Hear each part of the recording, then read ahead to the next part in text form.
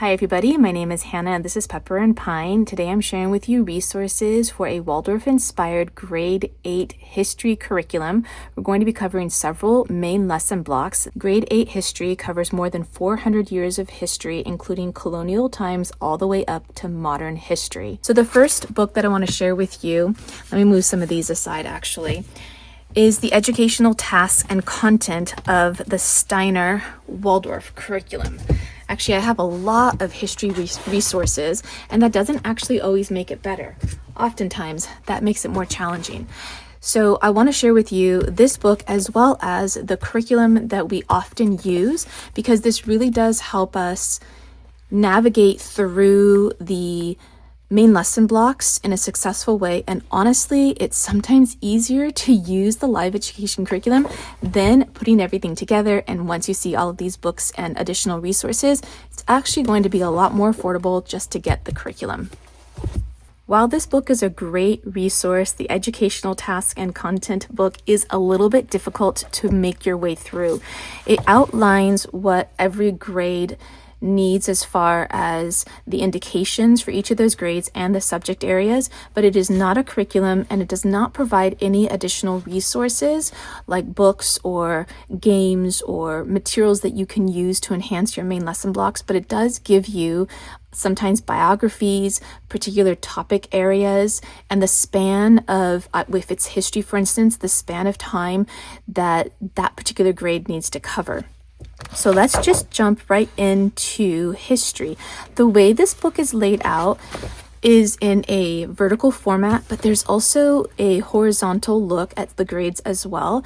But primarily I've been using it more in the vertical format, which means that it's going to have topic areas such as history, math, gardening, etc. And it's going to take you from the lowest grade that it covers it all the way through to the highest grade that it covers that particular subject area. For history, you'll notice that it starts with class 5 or grade 5. History between grades 1 through 4, and even if it's going to be in kindergarten, is not under the history block.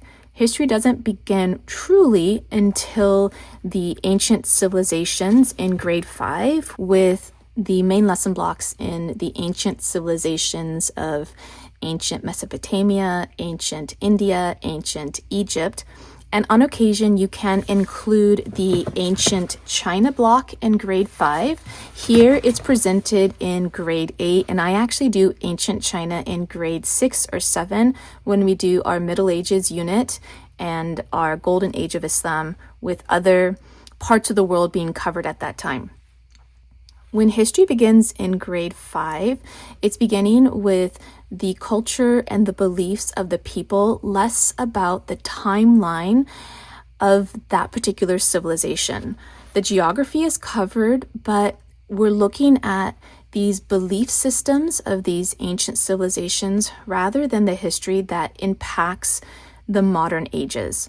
In grade 6, we're finally coming up to history that is not as distant, and we can see how it has influenced our modern history. So with grade 6, we're looking at the Middle Ages and other parts of the world at that time, as well as ancient Greece and ancient Rome. With grade 7, we're looking at the Age of Discovery, and this is a world history block when we're looking at explorers from different parts of the world. We're also examining how navigation, astronomy, and shipbuilding, as well as the countries that were nearest to water and how they were able to use these inventions to transform the world. Now we're up to grade 8, and we're looking at Renaissance, post-Renaissance time period, so post-Age of Discovery, where now that the United States has been, quote unquote, discovered, we're looking at colonizing this area. So speaking as someone who lives in the United States, we're looking at it from this perspective. We're looking at the revolutions of Europe. So revolutionaries and romantics. So the eventually the Industrial Revolution. We're looking at political revolutions, and we're looking at scientific revolutions. We're looking at early Native American history. So this would be the indigenous people of North America. We're looking at colonists and revolutionaries. Then we're looking at American history in the 19th century. And then we're looking at world history in the 20th century. So this is a lot of history to cover. And you'll notice that as we get closer to our time period, there are far more resources available.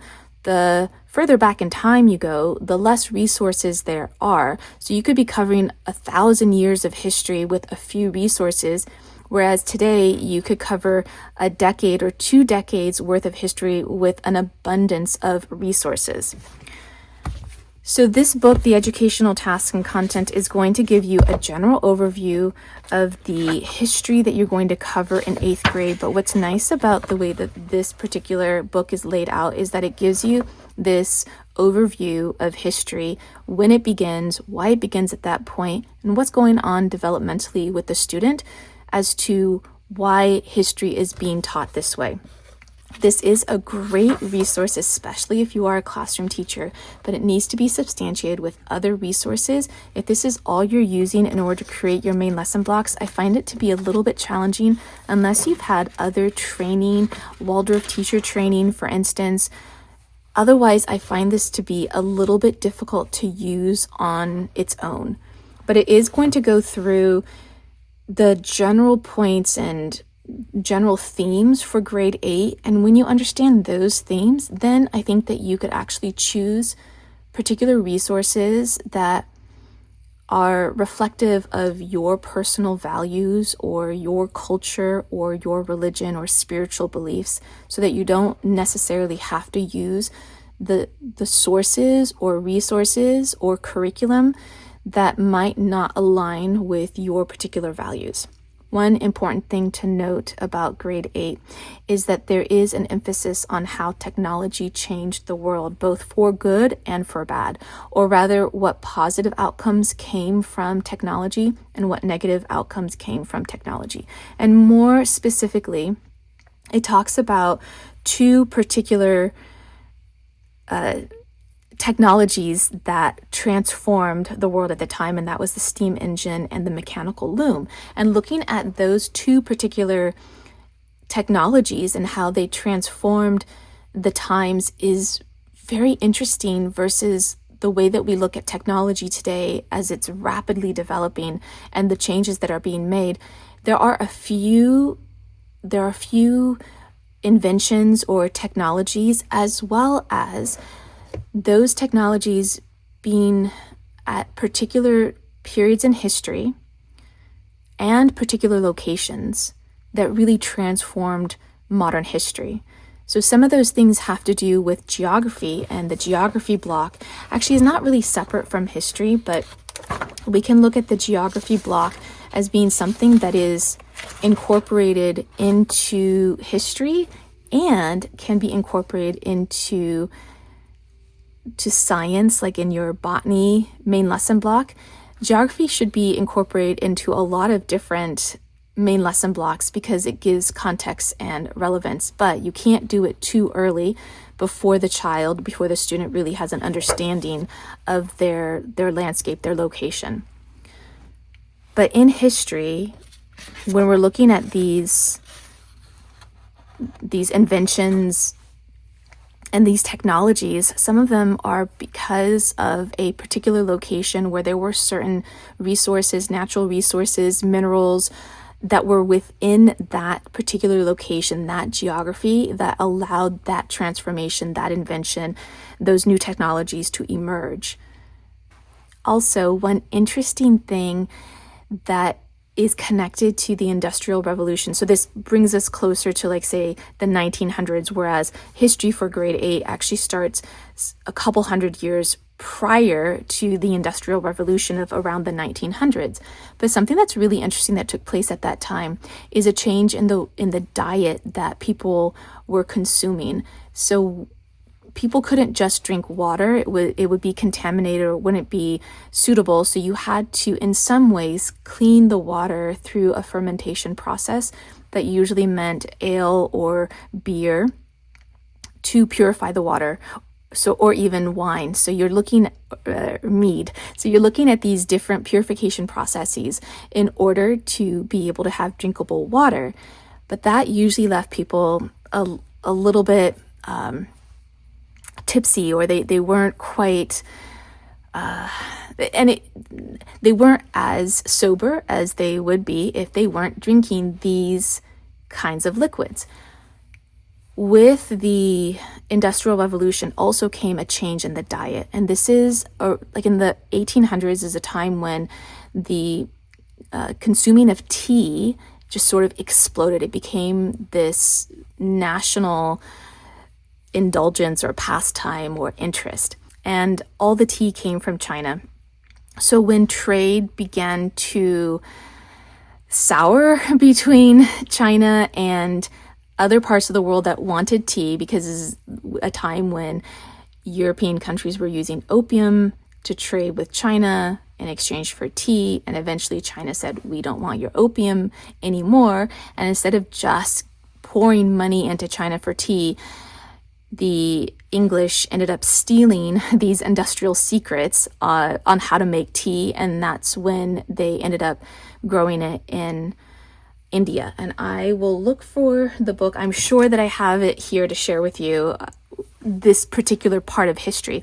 But it is really fascinating because when that huge change took place, it meant that now people had safe, drinkable water, because when you boil water to make tea, it is purified. In addition to that, they would add milk to their tea, and they would add sugar to their tea. And sugar was being planted on plantations in the Caribbean. And so with all of the sugar being harvested, planted, there was a need for where to use all of this sugar. And so now you have tea that has sugar and has milk and has caffeine, and it purifies the water. So now, instead of using ale or beer or mead or wine as a safe way to use or to drink water, now you have something that provides energy. It's almost a food because you've got the milk and the sugar in it. So it provides energy and nutrition, arguably, and sobriety. So now you have people who are able to use machines, equipment that they did not have before through the Industrial Revolution safely, because now these workers are consuming drinks, beverages that allow them to stay sober and safe in using that equipment. So you can see how it's not just the development or the inventions of these technologies, but it's also compounded by other factors like diet or the environment where these materials are being harvested or mined or extracted from. So it's really fascinating when you start to put all of the pieces together. And this is really one of the joys of middle school and into high school, is when you've laid out this foundation of history, now you really get to look at it and examine it a little bit more critically. And that's the joy of 8th grade, but really into high school is when you can really have these conversations. But 8th grade for sure, once you lay out all the way up into modern history, now we can start to look at these things a little bit more critically. All right, let's take a look at the live education curriculum briefly. I do have a complete video that showcases the entire curriculum so that you can see each of the main lesson books. When you get the live education curriculum, and I'm only sharing with you the history as well as the introduction, you're going to get these booklets that are going to be your main lesson block. And these are meant to be used by the teacher. They tend to have the lessons that are the resource material for the teacher to present these lessons. You're not reading these lessons aloud, and you are not offering this book to the student to read these lessons. This is a resource for the teacher to understand the content and then deliver the lessons authentically and individually. and these books do come with lesson activities. I did not do ancient China in grade 8. I did it more in grade 6. You could also offer it in grade 5 as well. The other main lesson blocks, revolutionaries and romantics. So this is going to be the birth of the modern era, covering the court of Louis XIV all the way through Napoleon Bonaparte. We have Steel, Factory City, some poets, William Wordsworth, William Blake, and then Goethe and cognitive imagination. Then we have early American history. So this would be the indigenous people, colonists, and revolutionaries. Oh, that is a misprint. There are 2 front covers for this one. And this one's going to cover how Europeans see the Americas, which is a very interesting, insightful look at how vast the Americas are, just the amount of land and the wildness and the terrain itself. It was a harsh living environment. We have very hot summers in certain parts of the United States. We have harsh winters with a lot of snow, and then you have the wild. You have wild animals. You have different types of predatory animals that Europeans didn't have. So you're looking at just a landscape that's entirely different than Europe. And then you have people who are already living here. So this land wasn't vacant. This land was thriving with indigenous tribes that covered from coast to coast. So this is going to take you from the colonial times all the way through to about the Battle of New Orleans, and the last entry is the Star-Spangled Banner. So I think this is like around the early 1800s, late 1700s, early 1800s. Then we get into American history in the 19th century. So this would be 1800s, and then let's see if it goes all the way up to 1900. So about the Industrial Revolution, and then you have world history in the 20th century. And now you can take this all the way up until the most, if you have time and you would like to, you could take it all the way up until the most recent historical events that shape the modern world and affect the student. So if you don't want to use the curriculum, or if you want to enhance the curriculum with other resources, I'm going to share you some of the resources that are in our homeschool, and they are for ages about 4th grade to about 9th or 10th grade. It is a wide range of grades and ages, and that's primarily because most of the time when we were homeschooling multiple grades, multiple ages, multiple abilities, and so I gathered resources that could work with each of those grade levels and different interest levels. Now, this isn't always a good thing. Oftentimes, our history, especially our history, but pretty much all the main lesson blocks, but our history main lesson blocks usually dragged on far longer than they should have. We covered so many resources that it was just an overload of information, and some of our resources were really similar, that we were doing some redundant information, which on occasion is great because it reinforces some of those concepts, but overall it was too much. So let's begin with some games, because we love bringing in games into our homeschool. We especially use them as part of our opening activities. And this is part of the main lesson block approach, is that you have some activities that begin your main lesson. And oftentimes I would use those activities as a way to transition my children or my students from activities that they generally liked doing better, play or independent reading or whatever they were doing, that I needed to transition them into our lesson, and generally we use games as a transition tool. So I have the Professor Noggins games. I have Geography of the United States, American Revolution, and Civil War. These games, and they have been updated, so these are the older version. I believe the updated version has photographs rather than illustrations.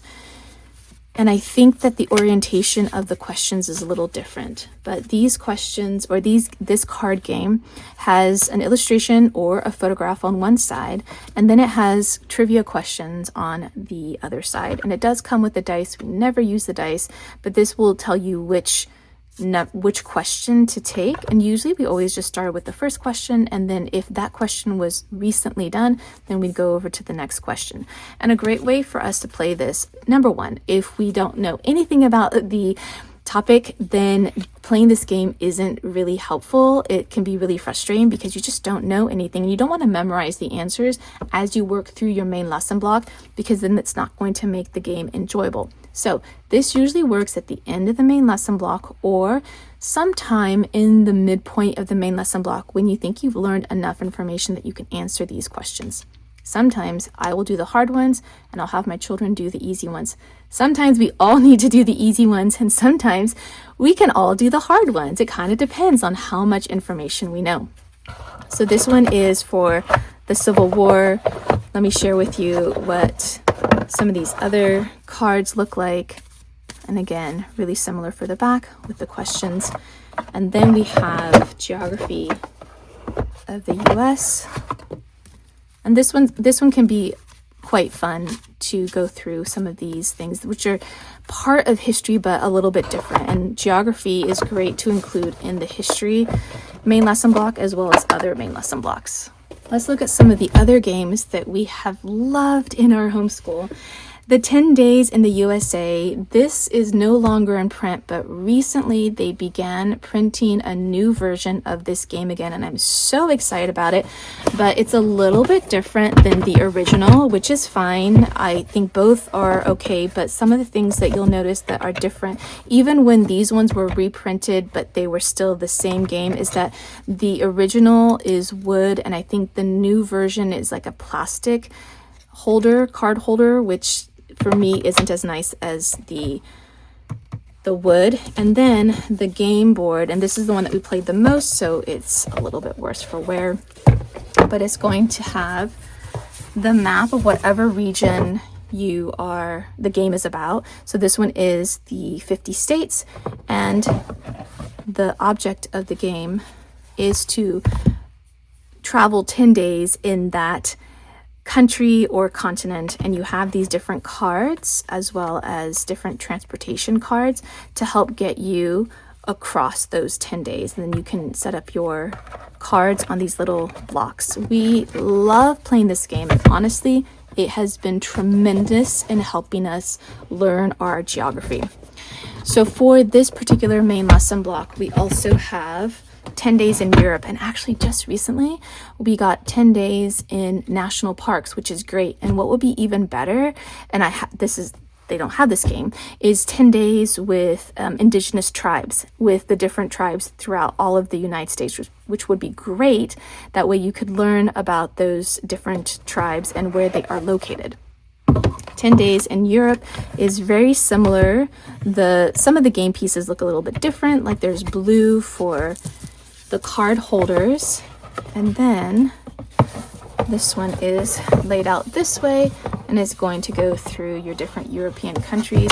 The difference with this game is that in addition to your airplane for your transportation, there are also boats as well. And then for Asia, which I don't have here to share with you because it wasn't relevant for this main lesson block, I think there are trains as well, which is kind of fun. I have a couple more Professor Noggins games. We have the 50 states, and so this is going to give you different information about each of the states, like famous landmarks, or maybe something about the history or something that the state is known for.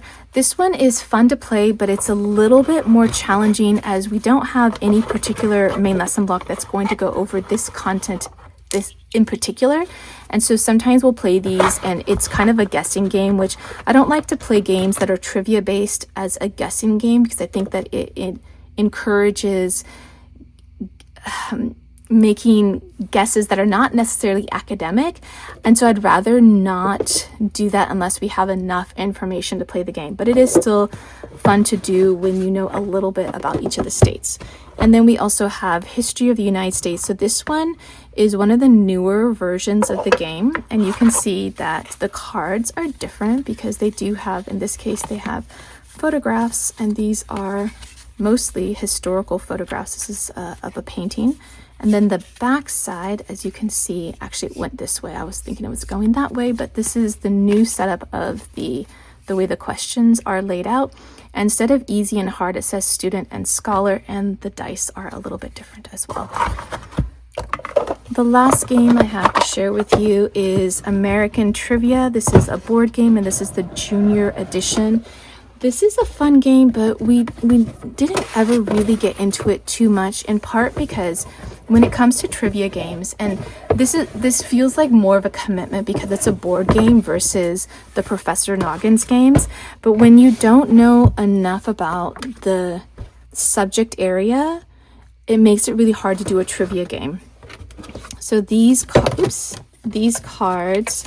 are going to be set up with geography, history, and I don't remember what the last category is. Let's see. The last category maybe is general content. The issue that I had with this game was that I think it covered too broad of a time period is what made it a little bit difficult to play this game. But it is a nice addition. I don't know if this game is still available, but games like this are available, even if it's not exactly this game. So including history games, most of the games I've seen are trivia based except for the geography games. So if you can find a history game that's not necessarily trivia based, I think that's going to be more enjoyable for the children. And this is just one idea of how to include something that is fun and game-like in your opening activities in order to transition into other content. Now, because our homeschool was mixed grades and mixed ages, playing games like this worked really well. If you only have an 8th grader, they may not be as interested in the games as some of the younger children. However, I will say that in our home, even teenagers and into their 20s, we all still really enjoy these games. So it might still work. It might not be that these games are considered juvenile for your 8th grader. They might still really enjoy them. Let's look at some of the resources we have for this particular history main lesson block. Now, I have so many history resources. I just picked a few. And honestly, more resources is not better. And a lot of resources you can pick up from your local library without having to invest in these particular books.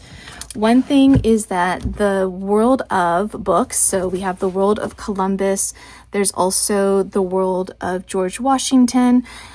These books I found to be really interesting and a great way to describe the world history at the time of whatever biography the book is about, because it will tell you from the time that the person, so in this case, Christopher Columbus, from the time Christopher Columbus was born all the way up until his passing, I believe, and all of the things that were happening in the world during Columbus's time, and then of course the biography of Columbus himself.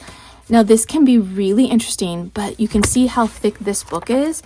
This could be an entire main lesson block on its own.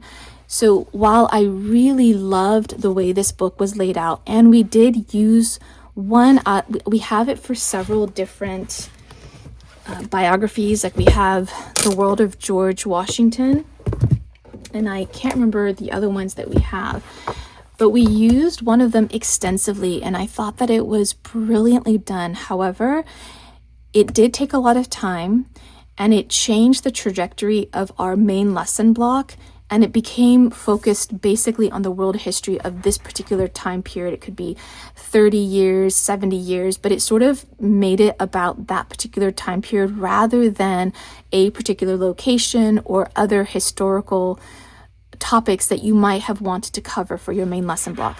But I did really think that it was an inventive way to do a biography, and I thought that the writing was well done as well. It does include some illustrations, which it's neither here nor there when it comes to illustrations. Oftentimes, surprisingly, my children are not sitting next to me while I am reading for them to look at the illustrations. Generally, they are doing other activities when I am reading aloud. They might be playing, well, primarily playing, or maybe doing handwork. Actually, history is a time when we're also doing our handwork because we tend to do our history in the winter time. And so that's also a time that we end up doing a lot of handwork. And so my children generally will be doing other tasks while I am reading to them. Christopher Columbus' First Voyage to America from the Log of the Santa Maria. I believe this is a book that I really, really liked.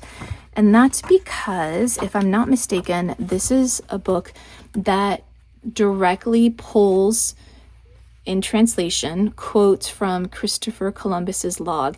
And I really, really like this because it really shows the character of Christopher Columbus through these different samples of the log, and it allows the student and the teacher to come to independent conclusions without the bias of a particular historical text, although there is still the bias of which log entries are being used. So there is that. So you could go back to the original source. But there was one particular part here where Christopher Columbus, as the captain of his ship, and there were 3 ships, I believe there were 3 ships on the maiden voyage, but he lies to his crew. So for a few reasons. And you may have the opinion, well, in this case, the lion was compassionate, or you might have, in this case, the lion was deceitful, but he lied. And in the log, it tells us that he lied by either saying that they hadn't been out to sea for as long as they were, or they were farther along, something, or they were less far along, but something to calm the fears of the crew so they didn't feel like they were, in the middle of the sea going nowhere, or that they still had so many months to go, or they were running out of provisions.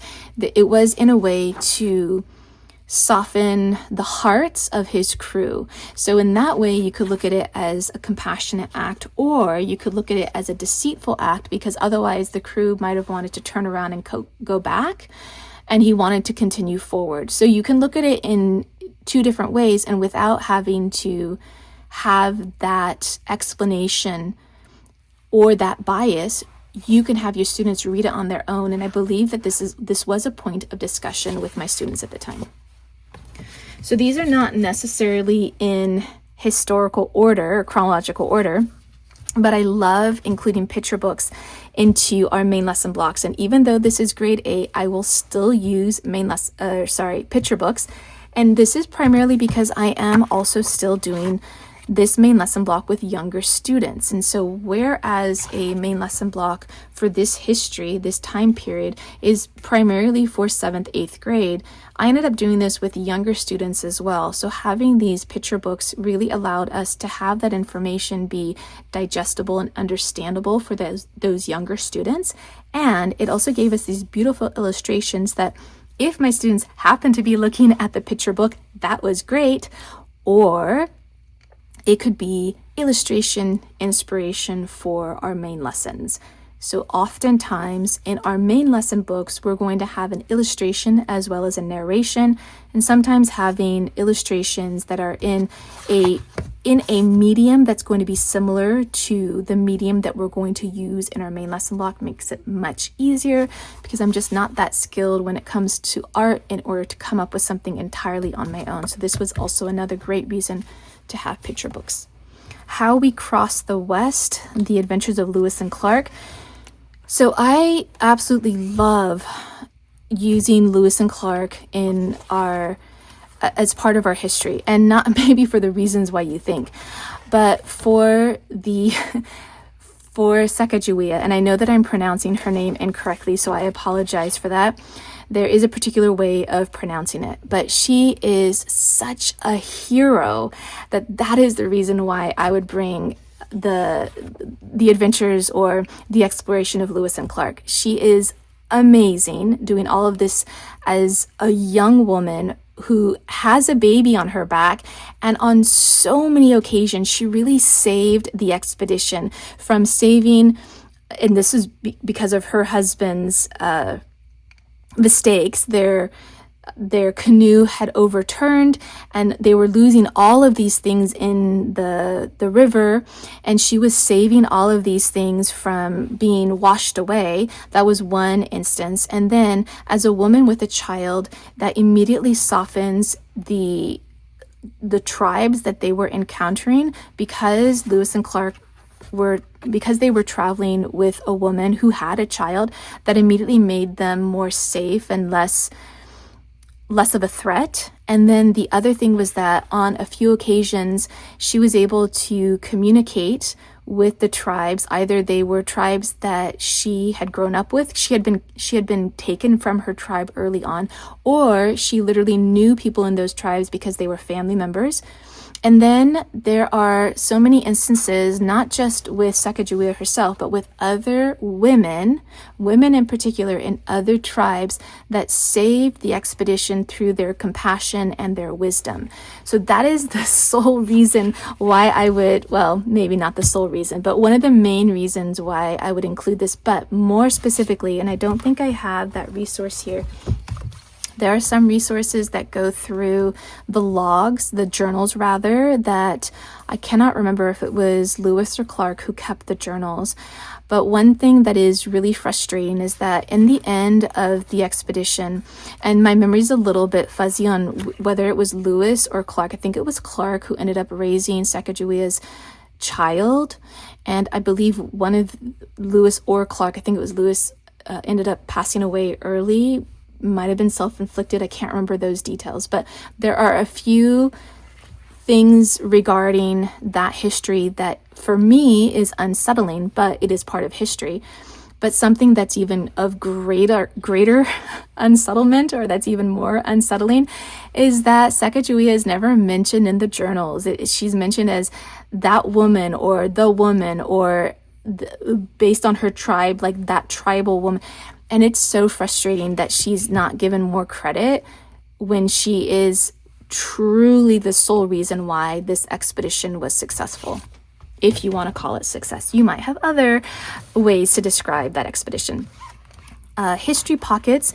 If you don't know how to bring in some hands-on activities into your main lesson block, this might be a good resource. I am sharing things that are a little bit of a stretch from a main lesson block. These might be resources that you might use for a unit study approach, but it does give you inspiration for how you can include more hands-on activities. And what's great is that you can actually just cut these materials or copy them out of the book so that you're not really having to start from scratch. And honestly, we don't have to make every project from scratch. I might not use these books personally, but I think they are great resources if you want to include those hands-on activities and have those projects to display, but you don't want to do it all from scratch. Colonial kids. So this is definitely something that's a little bit on the younger side. We used these resources extensively. This is not the only activity book that I have, and this is definitely for a younger student. However, the quilt is definitely right in line with a handwork project you could do with 7th or 8th grade. But these projects give you usually really simple projects that are hands-on, that are creative, that are delicious, that you can include in your history main lesson block or unit study. And I highly recommend doing these hands-on projects, especially the ones where you can enjoy them as food or beverages, because it really brings a lot of joy to the students and the teacher. You're going to need a variety of resources for the indigenous tribes of North America. I have this book, if you live with the Iroquois, and this is by Scholastic. So Scholastic has a lot of resources for every subject area. Generally, the books are written for a student. They are nonfiction and informative, and in this case, they're illustrated as well. I think most of the books I've seen from Scholastic are illustrated. What's nice about a book like this is that it can take you through all the main points, the highlights of a particular tribe, and give you enough to understand maybe what was unique about that tribe, where they are located, and some of their practices and traditions. Native plant stories, this one came highly recommended. This is going to give you those imaginative stories that you can include as part of your opening activities in particular. You can also use some of these stories potentially with grade 2 when you're covering the native stories or native legends. And this is a great way to bring some culture, I'm going to call it culture, but understanding Indigenous traditions and beliefs. You're going to get a lot of that through the stories. So this is a great resource for that. The George Washington's World, so this is similar to the one on Christopher Columbus. It's going to go over the history of world history at the time of George Washington. So another great resource, but once again, it was just a little bit too dense for us. And so while I loved the first book that we read, I ended up getting the rest of them in the series and just not having them work as well as I expected, either because I had too many other resources or maybe they just weren't written in the same way. But I do have the majority of these particular books in the series, but we primarily only used one of them extensively. Here's another craft or project book. This is Great Colonial America Projects. This is similar to the previous book that I showed you on projects. The difference is that this one is going to have content as well, which I think is so great to include the content that you are learning about and then the project at the end that sort of brings that content together. So really a great book. I am not going to be choosy when it comes to activity books or project books. I'm generally going to get them all, and there's definitely going to be overlap, but I love including some hands-on projects in our main lesson blocks, so I just usually choose all of them. The New England Indians or Indigenous Tribes is a book that I thought was going to be just a magnificent addition to our main lessons. There's only one reason why it's not, and it has nothing to do with the content of the book. It has everything to do with the way that the font is written. For me, I just need a really clear, easy to read font. I like things that are more narrative rather than captions. This is just on me. This has nothing to do with the quality of the book itself. I actually happen to really like the paper and I love the way that they're illustrated as well, but I just can't, it just hurts my eyes to read this. This is just, again, something for me, myself.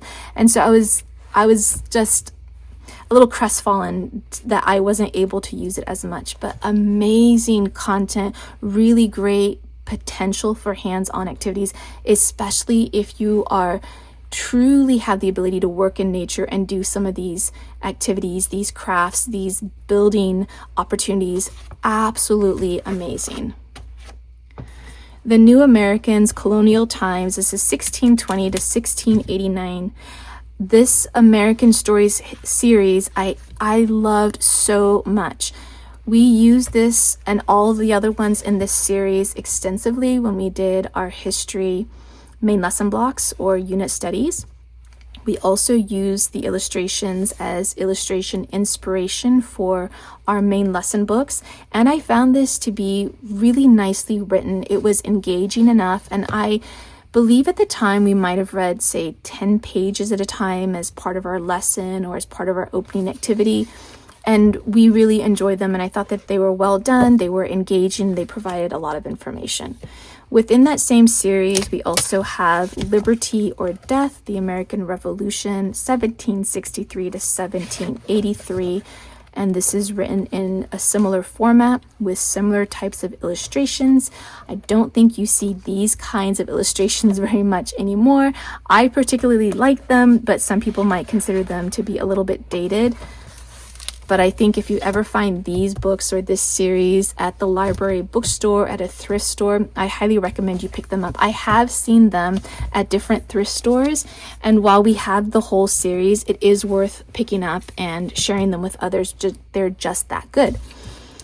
Again, in that same series, The Struggle for the Continent, the French and Indian Wars of 1689 to 1763.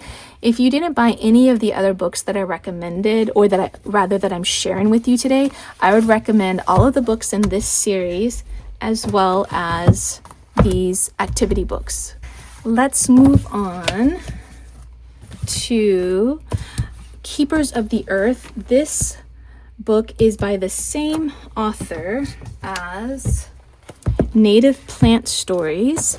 There may be some overlap in the stories. I can't remember at the moment, but what's different about this book is that it's also going to include some activities. And anytime a book has activities, it really excites me because it allows us to not just have the content that the author feels relevant to deliver, but also ways to practically include some hands-on activities to truly understand that content potentially. It might just be a way to engage the student, but either way, either it's because of engagement or for understanding, I think that hands-on activities are probably necessary. They should not be overlooked. I know they take a lot of time, some prep work, and sometimes they can be expensive, but they are one of the most valuable tools when understanding a particular history period or a science topic. I highly, highly recommend that you include some hands-on activities. And there's actually really great and easy ways to do that. I don't have any of the history kits to share with you, but linked below are all of the history blocks that we have done for American history, for indigenous Native tribes, and for the different historical time periods. And within each of those history playlists are the activities that we did. And a lot of times they were store-bought kits. Now, those particular kits may not still be available, but certainly others are. And this makes it so much easier to include a hands-on activity by having a kit that already contains all of the materials that you need. I think it's a fabulous way to include those activities without having the headache of trying to source all of the individual materials or to come up with a project on your own. Bringing history to life, bringing biographies to history is absolutely necessary. Which biographies you choose, that is up to you and the content that you're covering. This is Where Was Patrick Henry on the 29th of May. And this is one of those easy books that I would include as part of our opening activities. And if it got a little bit too lengthy, I might even break it up into 2 days or 3 days, or just read a little bit for each of the 5 days of the week. You can see that it is a little bit dated with the illustrations. Again, these are illustrations that I particularly enjoy. These books, or books that are similar to this, are usually available at your local library. So it's not necessary to purchase these books, but what I found over the years was that it was a lot easier for me to purchase these books. And I would look for them at thrift stores and the library bookstore, hand-me-downs, and then of course we purchased a lot of them with our school funding. But I found it a lot easier to have these in my home library because when I relied on the library, I found that I might spend a few weeks collecting all of the books, and sometimes they needed to be transferred from other libraries. And by the time I got them all together, sometimes those due dates would be coming up, or I needed to return them because someone else had a hold on them. So it made it a little bit challenging and frustrating trying to just use library books. So over the years of our homeschooling journey, I ended up just sourcing a lot of these books on our own. If you lived at the time of the American Revolution, this is another book that I would probably use as part of our opening activities. I might read 5 pages a day or 10 pages a day and have it cover that 1 week or 2 weeks of our opening activities. And that way we can get through a certain amount of content that's enjoyable. It's more of a storybook, a picture book format. And it adds to the content of our main lesson in an enjoyable way, especially if you have younger children that all they're going to do primarily is the opening activity. You can get an enjoyable picture book included in that. The American Revolution for Kids. This is another book that contains content as well as project ideas. This content is definitely for an older elementary student. I would even put it at basically middle school, 7th, 8th grade. The content is a little bit more dense. It's a little bit heavier to get through, takes a little bit more time. And sometimes the projects are also a little bit more involved as well. So if you're looking for a book that includes content and activities for an older student, this would be the book for you. Okay, so let us get to more modern history and some of the resources that you might use for, let's say, 1800s and 1900s. I think this one, these are primarily, nope, there's some in there that would be for earlier on. Okay, so let's look at some of these books. So because this time period, so from, say, colonial times, so 1600s through the 1900s, so 1600s, 1700s, 1800s, 1900s. So you're looking at 400 years of history to be covered in maybe 5 or 6 main lesson blocks that are maybe 4, potentially 6 weeks long. That's so much content to cover in arguably a very short period of time. If you would like to do this in the most systematic way without buying a curriculum, there are resources that cover a lot of history in one resource, and 2 of them that I want to share with you today. Let's put these books aside.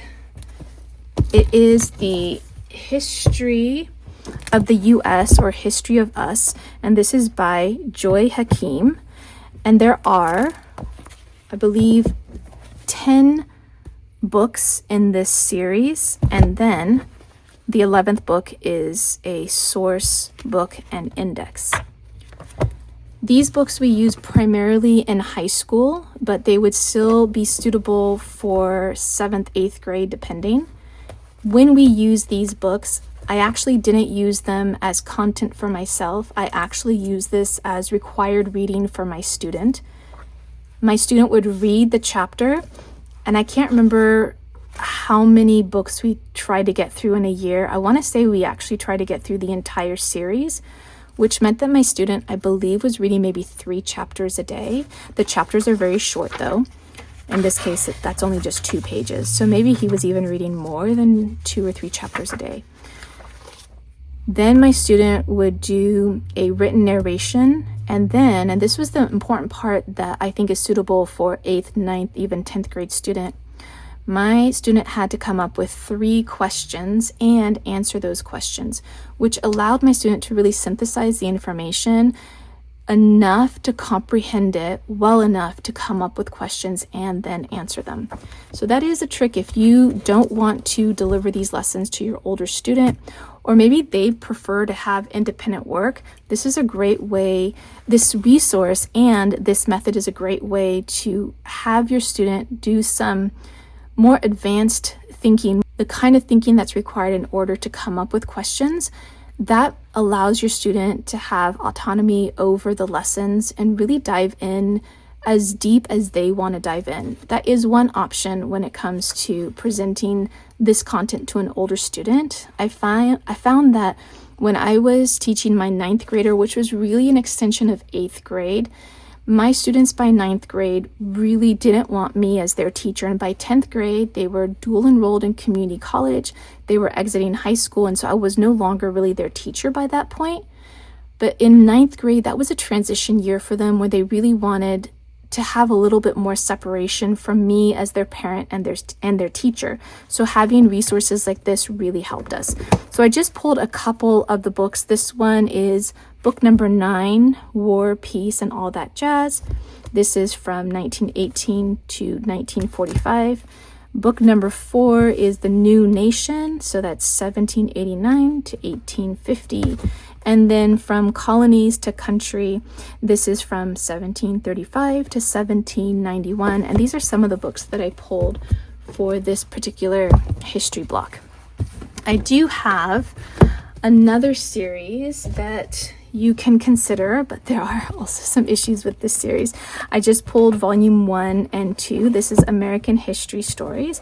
And when we first started homeschooling, I really loved the Charlotte Mason approach, which I still do today. I find it to be a really great addition, even though the style of teaching is really different than the Waldorf approach because they're using books primarily rather than oral storytelling or orally delivering a lesson. But oftentimes, especially if I wasn't able to prepare a lesson in advance, we would just use these books and read them aloud, and we got great vocabulary, great content, and it was easier on me rather than spending those hours in advance trying to present a lesson. The the downside to this particular book series and books that were written at this time period, so this is early 1900s, it was then republished in 2007 by Yesterday's Classics, is that these books tend to have content that is either it could be racist, it could be prejudicial, it could be incorrect, flat out incorrect. And so you do have to read this with a discerning eye and be mindful of the bias of the author. However, you need to do that with any book that you are reading, to be mindful of the author's bias and the time period that it's written in, because it's going to expose the thought processes of that time. So this has a very particular thought process that's over 100 years old. In that case, it doesn't always make it the best history resource because of so many biases or particular worldviews that seep into the history text. So I want to put that out there, that when you are reading a text like this from this time period, and we do have several, oftentimes I don't throw out a resource entirely.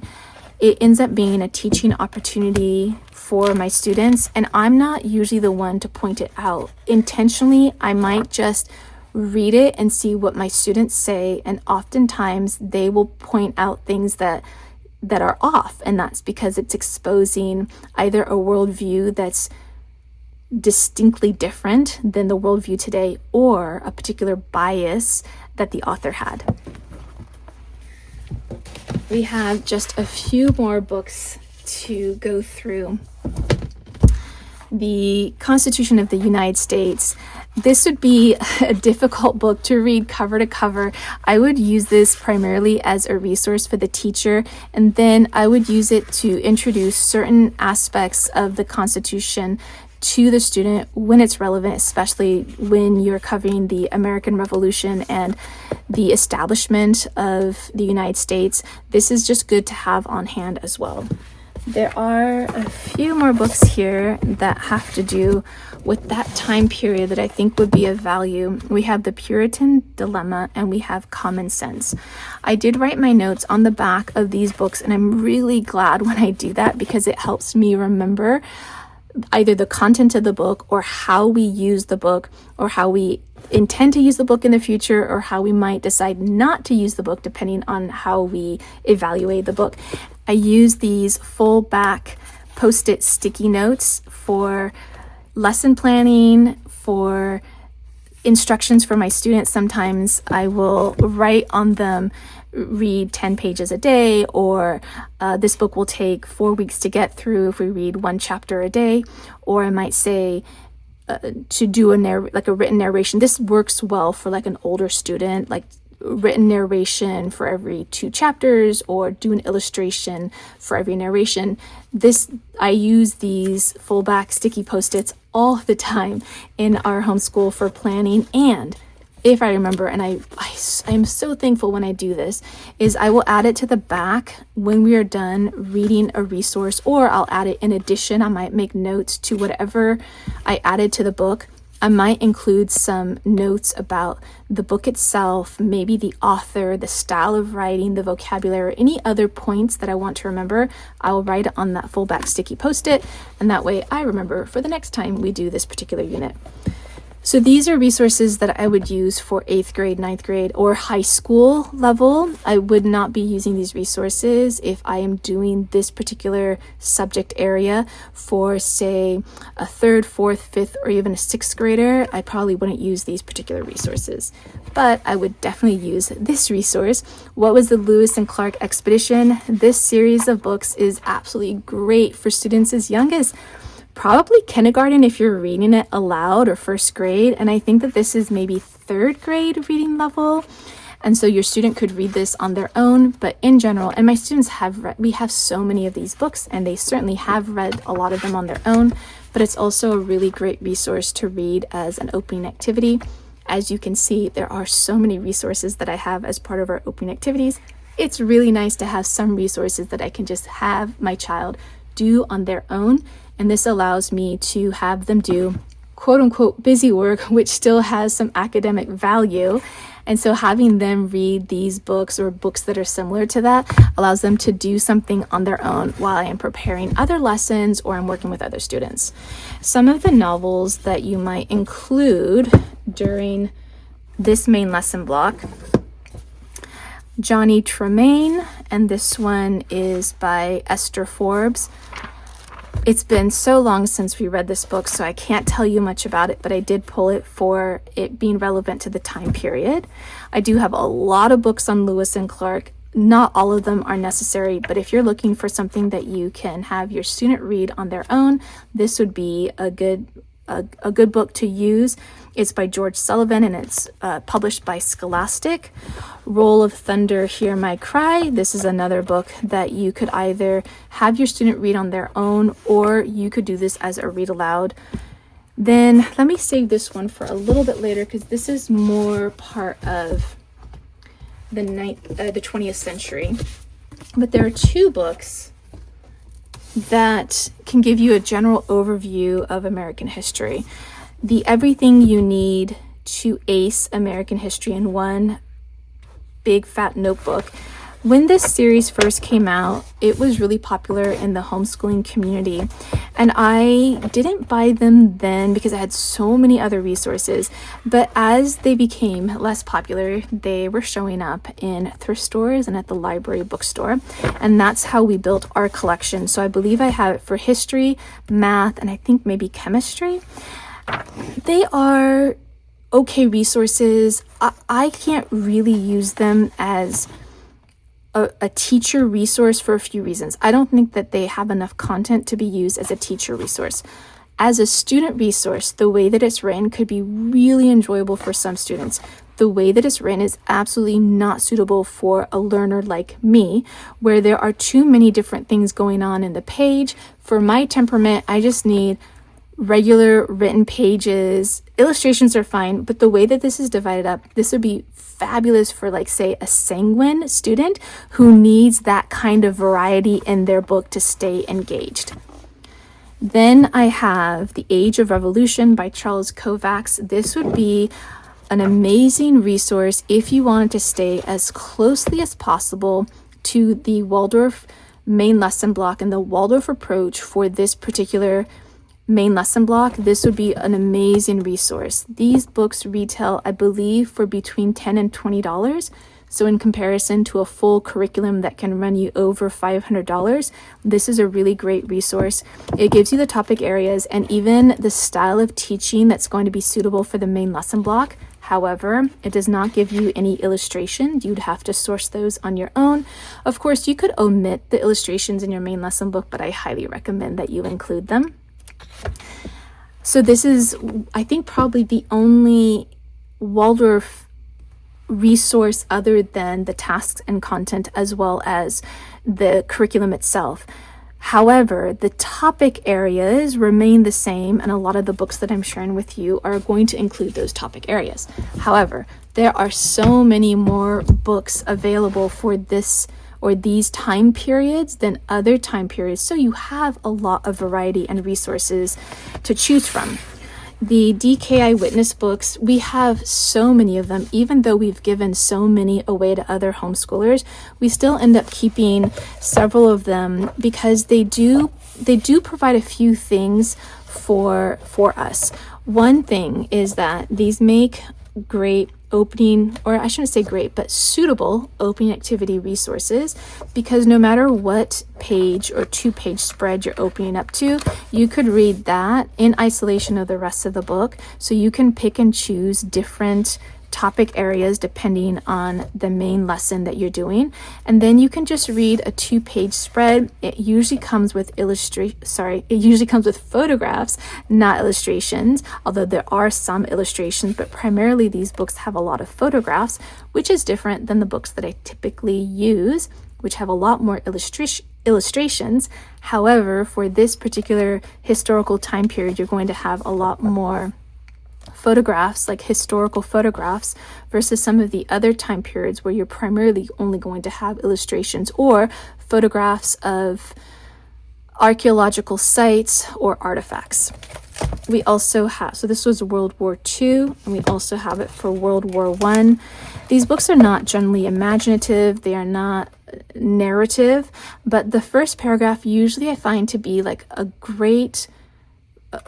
well-written paragraph to give you enough understanding of that particular topic area. The thing that I don't particularly like for my temperament, for the way that I learn, is all these little captions and different places to read. I find it really confusing and I find them disjointed, but there are certain students who really love that, and so this book would be just right for them. Then I think the last books I have to share with you are historical novels or historical fiction.